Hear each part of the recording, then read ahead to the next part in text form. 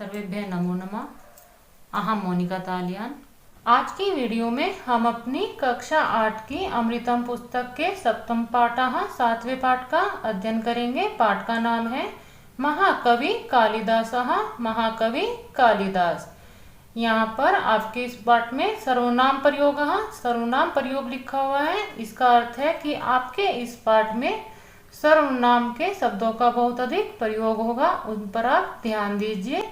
यह आपका बहुत ही अच्छा पाठ है। आप अपने पाठ को बहुत ध्यान से समझिए और जो मैं आपको शब्दों के अर्थ बताती हूँ उन पर भी आप ध्यान दीजिए। को न जानति खलु महाकवे कालिदासस्य नाम, असौ न केवलम भारते प्रत्युत निखले विश्वे प्रसिद्धः। को माने कौन, ना माने नहीं, जानती जानता, खलु निश्चित ही, महाकवि कालिदास से नाम, कालिदास का नाम। असौ का अर्थ है यह, ना माने नहीं, केवलम केवल, भारते भारत में, प्रत्युत का अर्थ है आपका बल्कि, निखिले विश्व का अर्थ है आपका संपूर्ण संसार में, प्रसिद्ध है।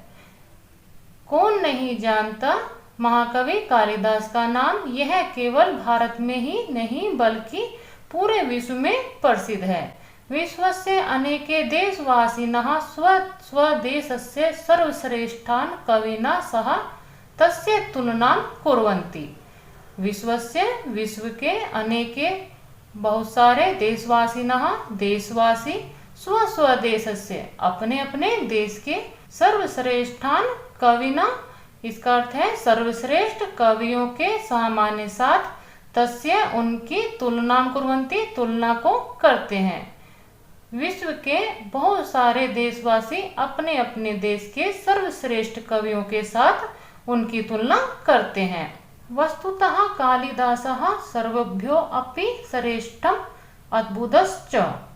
वस्तुतः निश्चित ही कालिदास सर्वभ्यो अपि का अर्थ है सभी से भी, श्रेष्ठतम श्रेष्ठ, अद्भुतश्च च का अर्थ होता है और यह आपका पहले प्रयोग होता है और अद्भुत है।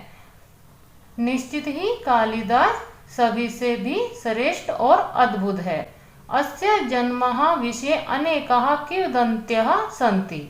अस्य माने इनके, जन्म के, विषय में, अनेकाः बहुत सारी, किंवदंतियां आपकी होती हैं जो मौखिक बातें होती हैं या कहानियां होती हैं, वे आपकी किंवदंतियां कहलाती हैं। संति माने है। इनके विषय में बहुत सारी किंवदंतियां हैं। राज्ञ विक्रमादित्यस्य नवरत्नेषु अन्यतमः अयं महाकविः स्वजीवनस्य महत्वपूर्णं समअधिकं च कालम् उज्जयिनी अन्यमेव आप्यत इति निश्चितम। राज्ञ का अर्थ है राजा विक्रमादित्य के नवरत्नेषु, 9 रत्नों में, अन्यतम दूसरों से, अयम माने यह है महाकवि स्वजीवन से अपने जीवन के, महत्वपूर्ण, सम अधिक समय, चा माने और, काल में या समय में, उज्जैनी में ही, आप्यत व्यतीत, इति माने इस प्रकार, निश्चित किया गया है या बताया गया है। यहाँ पर महाकवि कालिदास के बारे में बताया गया है कि राजा विक्रमादित्य के 9 रत्नों में यह एक कवि थे। यह महाकवि अपने जीवन के विषय में महत्वपूर्ण, सबसे अधिक और समय इन्होंने उज्जैनी में ही बिताया था, यह बताया गया है। अपनी इन पंक्तियों का अर्थ दोबारा समझ लीजिए। कौन नहीं जानता निश्चित ही महाकवि कालिदास का नाम, यह केवल भारत में ही नहीं बल्कि पूरे विश्व में प्रसिद्ध है। विश्व के बहुत सारे देशवासी अपने अपने देश के सर्वश्रेष्ठ कवियों के साथ उनकी तुलना करते हैं। निश्चित ही कालिदास सभी से श्रेष्ठ और अद्भुत हैं। इनके जन्म के विषय में अनेक किंवदंतियां हैं, यानी कि बहुत सारी बातें सुनाई आती हैं। राजा विक्रमादित्य के नवरत्नों में यह एक थे। इस महाकवि ने अपने जीवन का महत्वपूर्ण अधिक से अधिक समय उज्जैनी में ही व्यतीत किया, यह निश्चित बताया गया है। एषः पूर्वं मूर्खः आसीत् इति जनश्रुतिः। ऐसा माने यह पूर्वम पहले मूर्खा मूर्ख आश्रित थे इति माने इस प्रकार जनश्रुति सुनी गई है। जनश्रुति होती है आपकी लोगों द्वारा जो बातें कही जाती हैं या सुनी जाती है। यह पहले मूर्ख थे इस प्रकार जनश्रुति है। एकदा विद्योत्तमा नाम राजकन्या प्रतिज्ञावती यत् सा तनेव सह विवाहं करिष्यति यह शास्त्रार्थम ताम पराजेष्यते इति। एक बार विद्योत्तमा नामक राजकन्या प्रतिज्ञावती प्रतिज्ञा करती है।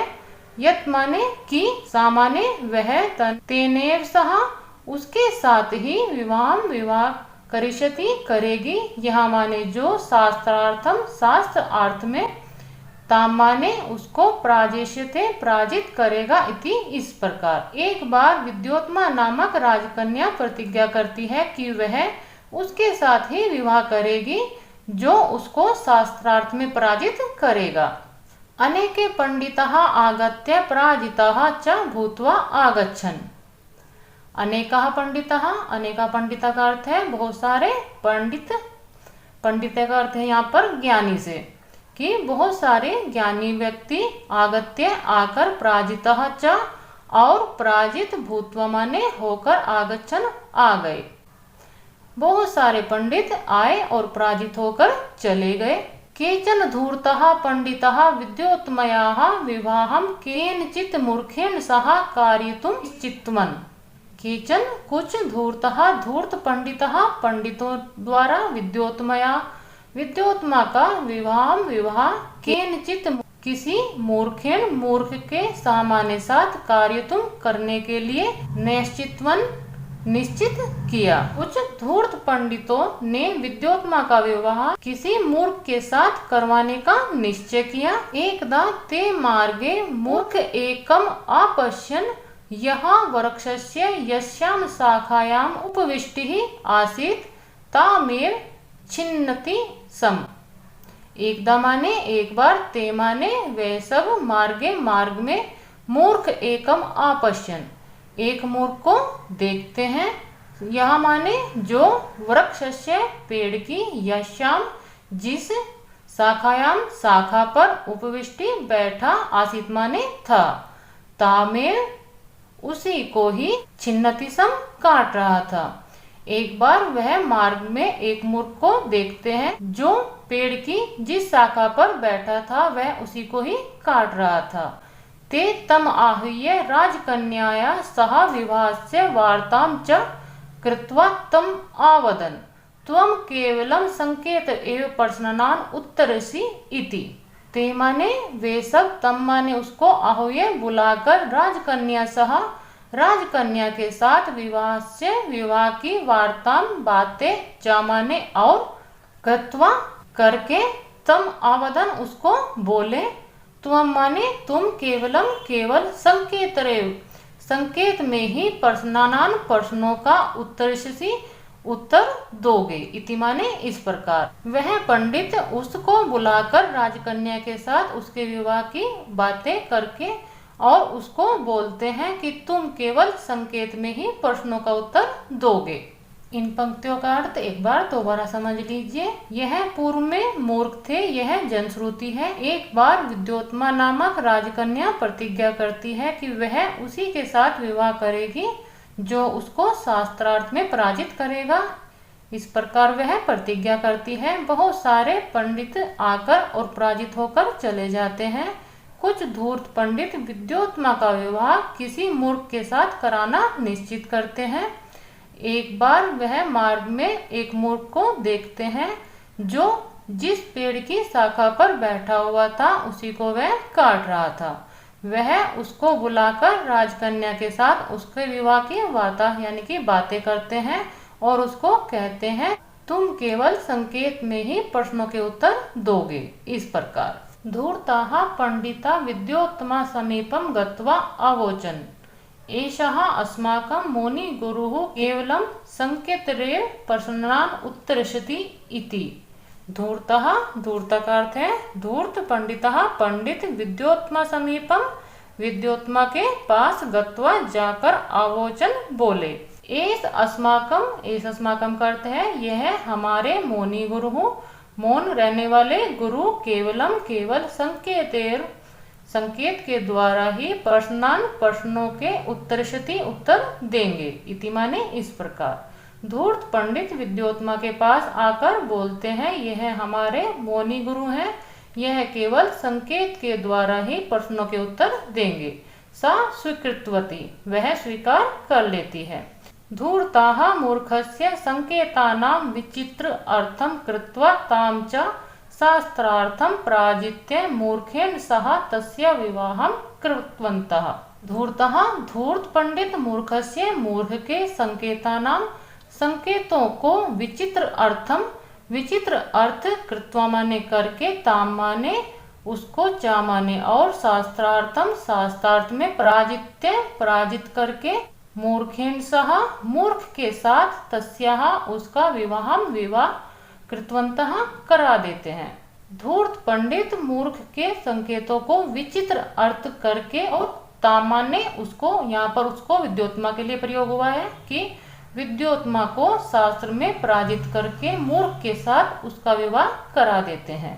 एकस्मिन् दिने राजप्रसादे स्थितः मूर्खः उष्टं विलोक्य उष्ट इति कथित्वा हसितुम् आरब्धवान्।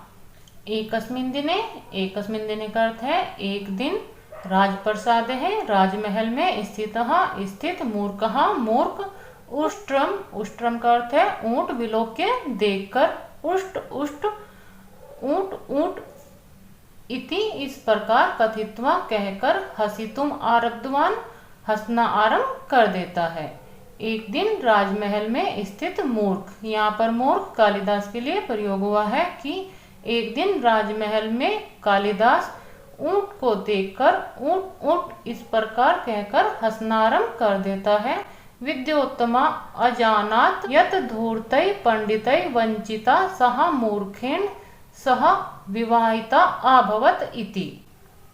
विद्योत्मा अजानात जान जाती है, यत माने कि, धूर्त ही धूर्त पंडितों के द्वारा, वंचिता ठग ली गई है, सामान्य वह, मूर्खेण सह मूर्ख के साथ, विवाहता अभवत विवाह किया गया है। इति माने इस प्रकार। विद्योत्मा समझ जाती है कि धूर्त पंडितों के द्वारा वह ठग ली गई है, उसका विवाह मूर्ख के साथ कराया गया है। सा तत्क्षण में तम मूर्ख पतिम प्रसादात बहि आकरोत। सामान्य वह तत्क्षणे उसी क्षण ही, तम माने उसको, मूर्ख पति को, प्रसादात महल से, बहि आकरोत बाहर कर देती है। वह उसी क्षण उस मूर्ख पति को महल से बाहर कर देती है। अब आप अपनी इन पंक्तियों को दोबारा देख लीजिए। धूर्त पंडित विद्योत्मा के पास आकर बोलते हैं कि यह हमारे मौनी गुरु हैं, केवल संकेत में ही प्रश्नों के उत्तर देंगे। वह स्वीकार कर लेती है। धूर्त पंडित मूर्ख के संकेतों का विचित्र उत्तर बताकर उस विद्योत्मा को शास्त्रार्थ में पराजित करके मूर्ख के साथ उसका विवाह करा देते हैं। एक दिन महल में स्थित कालिदास ऊंट को देखकर उष्ट इस प्रकार कहकर हंसना आरंभ कर देते हैं। विद्योत्मा समझ जाती है कि धूर्त पंडितों के द्वारा वह ठग ली गई है, उसका विवाह मूर्ख के साथ किया गया है। वह उसी क्षण उस मूर्ख पति को महल से बाहर निकाल देती है। आत्मनो मूर्खताम निंदन कालिदासः अचिंत्यत यावत् अहम पंडितो न भविष्यामि तावत् न अत्र गमिष्यामि इति। आत्मनो का अर्थ है अपने, मूर्खता को, निंदनीय कालिदास अचिंत्यत सोचते हैं कि, अपनी मूर्खता की निंदा पर कालिदास सोचते हैं कि, यावत अहम जब तक मैं पंडितो न भविष्यामि पंडित नहीं हो जाऊंगा, तावत न अत्र, तावत माने जब तक, ना माने नहीं, अत्र माने या, गमिष्यामि जाऊंगा, इति माने इस प्रकार। अपनी मूर्खता की निंदा से कालिदास सोचते हैं कि जब तक मैं पंडित नहीं हो जाऊंगा तब तक मैं यहाँ नहीं जाऊंगा। पश्चात सः काल्यः उपासनया विदुषां संसर्गेण च विद्वान अभवत्। पश्चात माने बाद में, सहा माने वह, काल्यः काली की उपासनया उपासना के द्वारा, विदुषाम संसर्गेण, विदुषाम का अर्थ है विद्वानों के, संसर्गेण संगत में, चा माने और, विद्वान विद्वान अभवत हो गए। उसके बाद वह काली की उपासना के द्वारा और विद्वानों की संगति में वह विद्वान हुए। अस्य महाकवे सप्त रचनाः प्रसिद्धाः सन्ति। अस्य माने इनकी, महाकवे महाकवि की, सप्त रचना 7 रचनाएं प्रसिद्धाः सन्ति प्रसिद्ध हैं। इस महाकवि की 7 रचनाएं प्रसिद्ध है। यथा माने जैसे महाकाव्यद्वयम् रघुवंशम कुमार संभवम च, द्वे खंडकाव्ये ऋतुसंहारम मेघदूतम च, त्रीणि नाटकानि अभिज्ञान शाकुंतलम मालविका अग्निमित्रम विक्रमो उर्वश्यम च इति। यथा माने जैसे महाकाव्य द्वयम का अर्थ है महाकाव्य में 2, वे आपके 2 कौन से महाकाव्य हैं? रघुवंशम कुमार संभवम च, रघुवंश और कुमार संभव। द्वे खंड काव्य, द्वे खंड काव्य का अर्थ है 2 खंड काव्य, ऋतु संहार मेघदूतम च, ऋतु संहार और मेघदूत। त्रीणि नाटकानि, 3 नाटक, अभिज्ञान शाकुंतल, मालविका अग्निमित्रम और विक्रमो उर्वश्यम। इच्चा माने और, इति माने इस प्रकार। महाकवि कालिदास की 7 रचनाएं प्रसिद्ध हैं। वह कौन सी रचनाएं हैं उनके बारे में बताया गया है कि 2 महाकाव्य हैं, वह आपके हैं रघुवंश और कुमार संभव। 2 खंड काव्य हैं, ऋतु संहार और मेघदूत। 3 नाटक हैं, अभिज्ञान शाकुंतलम, मालविका अग्निमित्रम और विक्रमो उर्वश्यम। भाषा माधुर्यम भाव प्रज्वलत्वम रसमयत्वम च कालिदास काव्यानां वैशिष्ट्यम वर्तते। भाषा माधुर्यम, भाषा माधुर्य में, भाव प्रज्वलत्वम, भाव प्रज्वलन में, रसमयत्वम, रसात्मक में, चा माने और, कालिदास काव्य नाम, कालिदास के काव्यों का, वैशिष्टम विशिष्टता, वर्तते बताते हैं। भाषा माधुर्य में, भाव प्रज्वलन में और रस में कालिदास के काव्यों की विशिष्टता बताई जाती है। तेषां पठनेन हृदयम रसमग्नः इव भवति। तेषां माने उनको, पठनेन पढ़ने से, हृदयम हृदय को, रसमग्न रसमग्न इव माने ही, भवति होता है। उनको पढ़ने से हृदय में रस ही होता है। वस्तुतः कालिदासः न केवलं संस्कृत भाषायाः अपितु भारतस्य विश्वस्य च गौरवम्। वस्तुतः निश्चित ही कालिदासः, कालिदास नामाने नहीं, केवलम केवल, संस्कृत भाषायाः संस्कृत भाषा के, अपितु भारतस्य भारत के, विश्वस्य विश्व के, चामाने और, गौरवम गौरव है। निश्चित ही कालिदास न केवल संस्कृत भाषा के अपितु भारत और विश्व के गौरव है। उपमायाः वर्णने अस्य निपुणतां विलोक्य कवयः वदन्ति उपमा कालिदासस्य इति। उपमायाः, उपमा के, वर्णने वर्णन में, अस्य माने इनकी, निपुणता को विलोक्य देखकर ही, कव्यः कवियों के द्वारा, वदन्ति बोला गया है, उपमा कालिदासस्य इति, उपमा कालिदास इति माने इस प्रकार। उपमा के वर्णन में इनकी निपुणता को देखकर ही कवियों द्वारा कहा गया है कि उपमा कालिदासस्य, इस प्रकार। अब आप अपनी इन पंक्तियों को दोबारा देख लीजिए। अपनी मूर्खता की निंदा से कालिदास सोचते हैं कि जब तक मैं पंडित नहीं हो जाऊंगा तब तक मैं यहाँ नहीं आऊंगा। उसके बाद वह भगवती काली की उपासना करते हैं और विद्वानों की संगति से विद्वान हो जाते हैं। इस महाकवि की 7 रचनाएं प्रसिद्ध हैं। वह कौन सी हैं? महाकाव्य में रघुवंश और कुमार संभव, 2 खंड काव्य हैं, वह आपके हैं ऋतु संहार और मेघदूत। 3 इनके नाटक हैं, अभिज्ञान शाकुंतल, मालविका अग्निमित्र, विक्रमो उर्वश्यम, इस प्रकार। भाषा माधुरी, भाव प्रज्वलन और रस में महाकवि कालिदास के काव्यों में विशिष्टता बताई जाती है। उनके पढ़ने से हृदय रसमगन हो जाता है।